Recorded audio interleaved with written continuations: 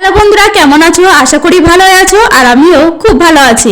এখন আমি সকালের খাবার খাবো আর সকালে মা করেছিল সেদ্ধ ভাত আর তার সাথে একটা ডিম ভেজে দিয়েছিল আর সাথে কটা শসা নিয়েছিলাম।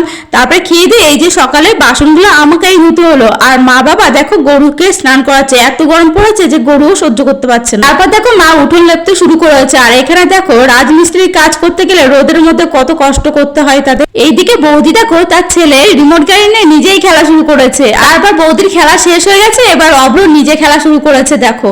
আর আমি সবাইকে ঘুরে ঘুরে একটু দেখছিলাম কে কি করছে। তারপরে এত গরম পড়েছে আমি একটু রসনার জল গুলিয়ে খেলাম। সারাদিন এতবার পড়াতে যাই আমি সত্যি সত্যি ক্লান্ত হয়ে পড়ি আর তাই এখন রসনার জলটা খেয়েই পড়াতে যাচ্ছি। যাকে পড়াতে যাচ্ছি সে হলো একটা মজার মানুষ। দেখো সে আবার বাঘ ভাল্লুক ছাড়া পড়তে বসে না, দেখেছো তো পড়তে বসে সে কি করে।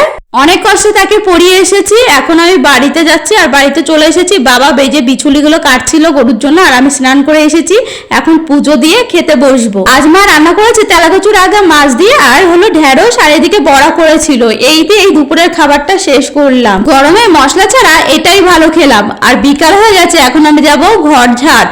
শুধু দেখো সারাদিন এত কাজ করি তাও কাজ শেষ হয় না। ঘর ঝাড় হয়ে গেছে, এখন দেবো উঠোন ঝাড়। বিকালে সব কাজ করা হয়ে গেছে, আমার সন্ধ্যাও দেওয়া হয়ে গেছে, এখন আমি পড়াতে যাচ্ছি।